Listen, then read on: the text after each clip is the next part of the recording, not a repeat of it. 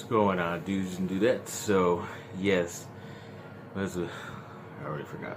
What's going on, dudes and dudettes? So, yes, USC kind of finished off their 2021 recruiting class. Not official yet that they finished. There is a couple guys out there, especially one of the top 5 stars left out there who still hasn't signed, JT Tuimalo. Hope I'm getting that name right, but he plays defensive tackle out of the state of Washington.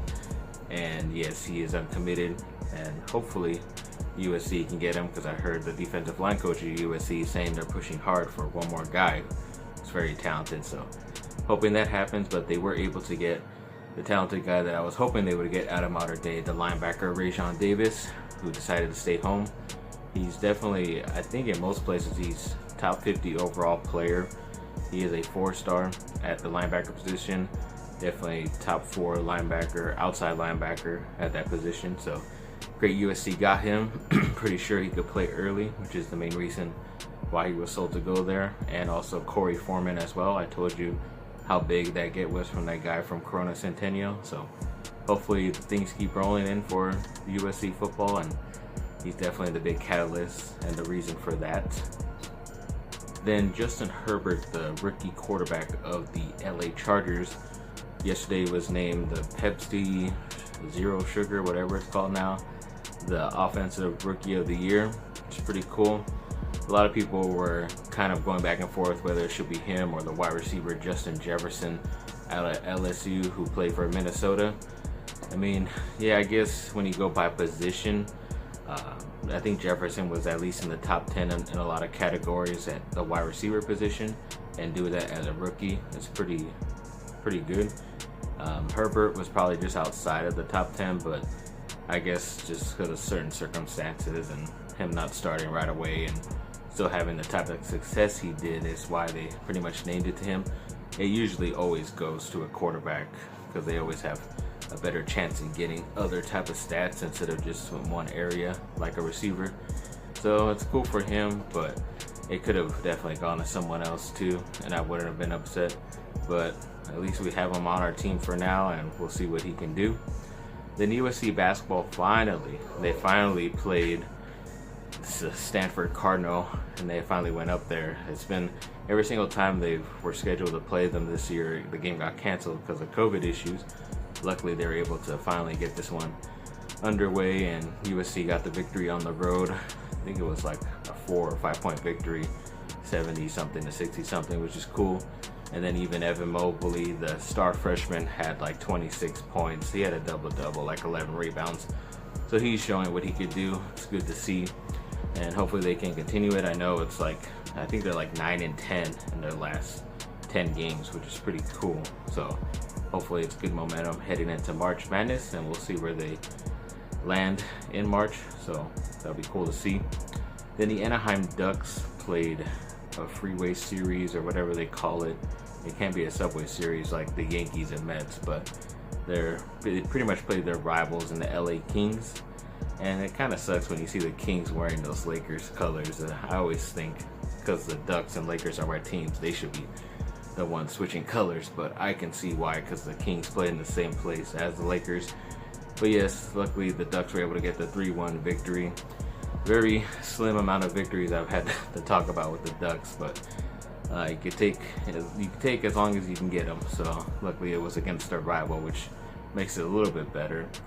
And then USC football made a pretty good hire in one of their quality control analysts, in Brian Carrington, I believe his name is.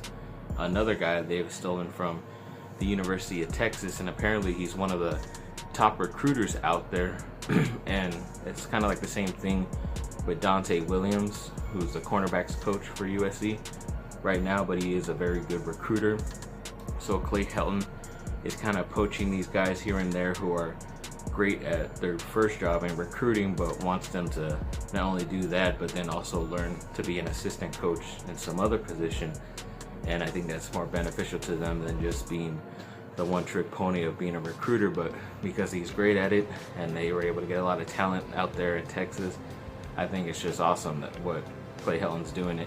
It might let him keep his job for a little bit longer, but I don't know. We'll see how this next season goes and how the next recruiting cycle goes as well for USC next year. But as of right now, things look pretty bright. And then I believe the Chargers also made a running backs coach selection that they picked. I believe his name is Derek Forrester, or Forrest, I forget his last name, but he's out of the University of Iowa, which has always produced very talented running backs, and especially offensive linemen and tight ends like George Kittle came out of there as well. TJ Hawkinson, who's a star for the Detroit Lions. But I always think if the running backs are good, it's because he helped coach all three levels, especially who will have to block for the running backs, the offensive line, and the tight end. So it's only going to benefit the Chargers moving forward, and I think it's another sort of under the radar hire for the Chargers that I hope will benefit them in the future, as long as they could keep him around for a bit. But yeah, definitely it's looking positive right now. Then some surprising news that EA Sports says they're finally going to start going into like pre-production on a video game for college football. It's been years. They last released it. It's called NCAA 14, even though they released it in 2013. I don't know why the years are always off by 1 year, but it's been the game that's been around for a while. I think you could resell it really high because it's the very last one, so it's pretty rare to have it. I still have my own original copy that my parents got me, and yeah, it's one of the few games that you would still put on just because of how good it was, and you kind of felt upset that they never continued it, but because of like the name, image, and likeness stuff, that of course an ex-UCLA guy had to go against the NCAA and that video game and sue them, is the main reason why they had to stop games like that, because they weren't able to pay the players, or the NCAA wouldn't allow it as well because they don't want to see them as workers. But luckily, I believe in a couple years that they should be able to start making money off of their name, image, and likeness. So that includes also being in the video game as well.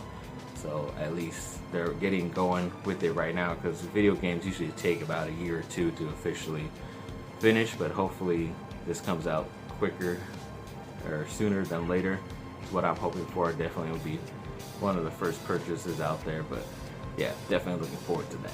So right now there are a couple of rumors and proposed trades out there that the Lakers are kind of involved in that might happen. I kind of hope one happens more than the other. The other one I can sort of live without, because that one's really just the Lakers trading Markieff Morris and 2 future second-round draft picks to the Portland Trail Blazers for Carmelo Anthony, and that's pretty much it. Which, I mean, Melo, he can score 20 points for you here and there.